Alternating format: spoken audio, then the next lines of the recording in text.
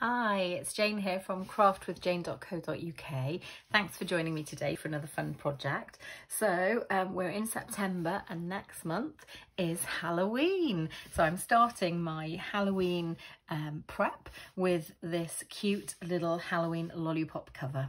So you can see it's got the lovely bats on it, happy haunting. So you can make these if you've got children and you're doing a children's party, to hand out for trick-or-treaters, because I'm really hoping after the last 18 months that we get to see all the children out having fun. Maybe with some restrictions. So for instance, I wouldn't give open sweets, I'd only give sweets that I bought sealed, things like that, but I've always done that. But I think that you know, hopefully we'll get to see a few of the little ones out and about. So I do like to decorate up any sweets that I give them, because I just think it adds to the specialness of it all. So I don't actually have many Halloween sets, so I purchased this Banner Year set, which I have used a few times because it's got some cracking little pictures and sentiments, and it's really good for tags and things like that, and small gifts. So it covers Christmas, Thanksgiving if you're American, Halloween, Valentine's. It really is a great all-rounder, and it's got all of these lovely little characters here. So you've got squirrels, Santa's hat, you've got a bat, you've got a little dove, you've got hearts, envelope with hearts, a spider's web, holly and berries, pumpkin. I mean, it really does cover everything. It's got like your to and from for your tags. So I love this stamp set, and I will use it quite regularly, and because it's got a couple of little Halloween things in there, I don't do loads of Halloween crafting, I just thought this set would be perfect as a coverall for me. So I'm going to do two projects, one today and one later in the week, and I will be using the set for both of them. So I hope you enjoy my project today. So this is the little treat, and you can see I've stamped the bats on here, but happy haunting, and it's in lovely green, which is garden green, as I thought that resembled the lolly the best.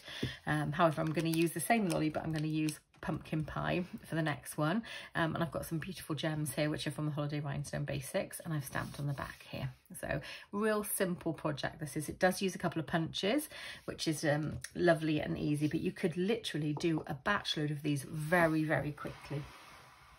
So I'm going to get my scoreboard out, my favourite handy scoreboard. I'm going to get my scoring tool, and I've got a piece of cardstock which is 6 3/8 by 2 inches. So when I was planning this, obviously I measured the lolly width, worked out what width I needed, and I did the length, a bit of trial and error to get to that measurement. So on the long side, I'm going to score it at 3, and then I'm going to score it at 3 3/8. Now you could, if you had a thinner lolly, so I'll show you my lolly, which is relatively thick, which is why I've scored it just there. But if you had a thinner lolly, you could just score it once in the middle, fold it up, and you could make a lolly cover quite easily. But because this one's got a little bit of depth to it, I did want to create this little bit of depth here so that it wasn't squishing. So that is there. Move my scoreboard out of the way. This is such a quick and simple project, guys. I love it. So I'm gonna just burnish just here. So now I'm gonna grab a piece of scrap paper, and I'm gonna stamp. So when I'm stamping, because this is gonna fold like this, I'm gonna stamp that way, and then I'm gonna turn it and stamp that way, so that I'm always making sure it's up, and that's to make sure that I maintain the pattern on both sides the right way around. So out of the stamp set that I showed you for Banner Year, for this one I'm going to use the pumpkin and the pumpkin face. So for the pumpkin, I'm going to be using pumpkin pie ink, which is just here, and I'm just going to randomly stamp them.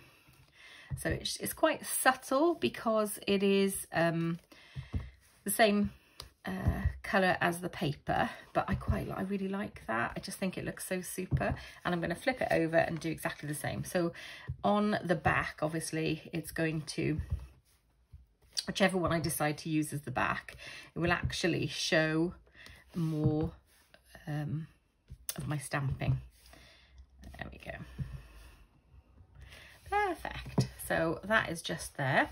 So I'm just going to take that to one side, and now I'm going to stamp my little guy's face, and I'm going to stamp his face just anywhere really, quite random. So where I think the centre of the pumpkin would be. It doesn't matter if it's slightly off, because everyone knows when they carve a pumpkin, sometimes a crooked face is the funniest face of all. There we go. These are not too bad. I think I'm lining them up okay actually, and I'm going to turn it over and I'm going to do the same on this section just here. So I definitely didn't stamp as many on this side, did I? There we go. Very cute. Lovely's this guy. I'm absolutely loving him. There we go, cute. Okay, super. So that's all of my stamping done. I'll take my piece of paper away for a second. Scrap. I'm going to pull out this lovely punch here, scalloped top punch, and I'm going to punch the top. I need to open it up first. So punch the top of this one and then turn it over and do the same. There we go. Lovely. So when I match them up, they should match. Perfect. Okay, so I'll get those out the way just there. Pop those in the bin. So now I need to create the hole, which is what I put the lollipop stick through here. So Stampin' Up doesn't have a really small hole punch, so I've got a We Are Memory Keepers punch here, and it's got a hole in it. It's quite a decent size as well, and you've got a like a grid on the side here, so I can set it to 1 inch. So because this is 2 inches width, I'm hoping that if I do this, it will sort of ideally lining up somewhere in the center, which it seems to have, so fingers crossed. So now I'm going to work out, do I want that on the front or the back? I think I'm going to use this one as the front and this one as the back, so it's got more faces on it. So I will pop a little bit of tape on the inside of here. So I'm going to use my tear and tape for that, just to secure the lollipop in place. And that's just because it could have a tendency to slip out the sides a little bit. So I'll do that. See if I can peel this up. Now, I need my pick tool. It's like the vanishing pick tool. I'm forever using it and forever losing it. There we go. Managed to do it without. Perfect. Okay. So now I'm going to slip the lolly in. I'm going to try my best to line it up nicely.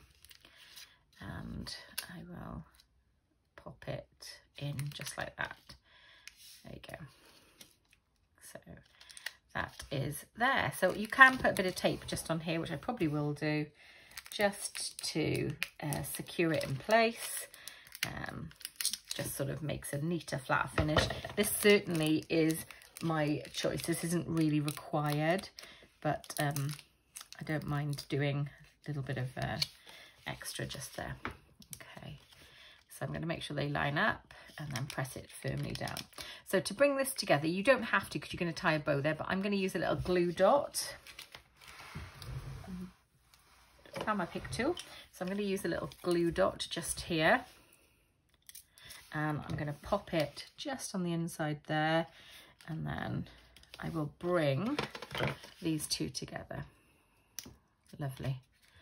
How great does that look? Super cute, isn't it? Right, so now I will use this fantastic new ribbon from the mini catalogue. It's called a black and white gingham ribbon.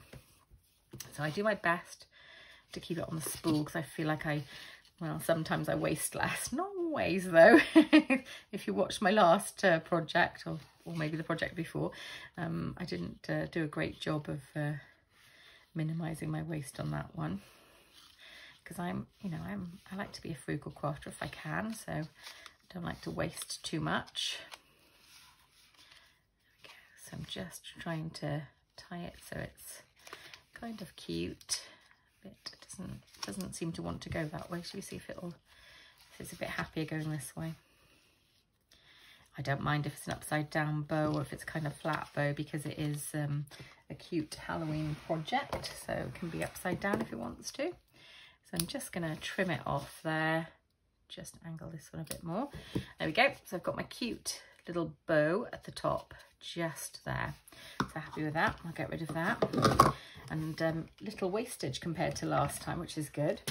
So now for my little topper, I have used the double oval punch here, which gives you the round one just here and the sort of scalloped edge one just here, and it creates a lovely layer. So I have gone ahead and punched and stamped that, and on the banner year set here I've used the happy haunting from the sentiments of there. So I'm going to prop that up. Crikey, I might go a bit higher or lower, possibly, because if I go right in the centre, I'm kind of covering up most of my pumpkins. So maybe I could turn it over and change my bow. I'll be doing the same there. So I think I might do it a bit higher on this one so that I get these two little pumpkins here. So I'm going to pop a little, I'm going to put some dimensionals on the back of here. So it's my self-adhesive Stampin Dimensionals. I absolutely love these. They're definitely a crafting must for me. I would say I use them almost every project, even cards. I use them on everything. They're just so amazing. Great. So I'll pop that one just hopefully about here. I'm hoping that's quite centered. And then I'm going to use the holiday rhinestone. So I used the green, the darker green here on this bat one, and I'm going to use this orangey one here for the haunting one.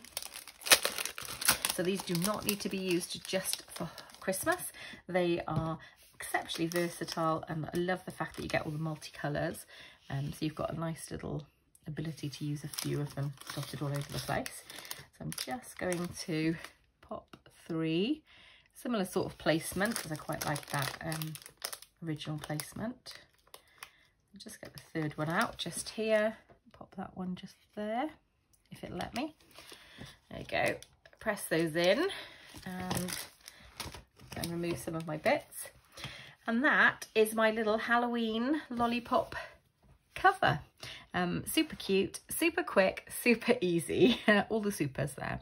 So I've used the tag punch to punch the ends and the double oval punch as well. And I've used the banner year photopolymer set, and I've used cardstock in garden green and pumpkin pie, and I've used the gingham black and white ribbon and the holiday rhinestones.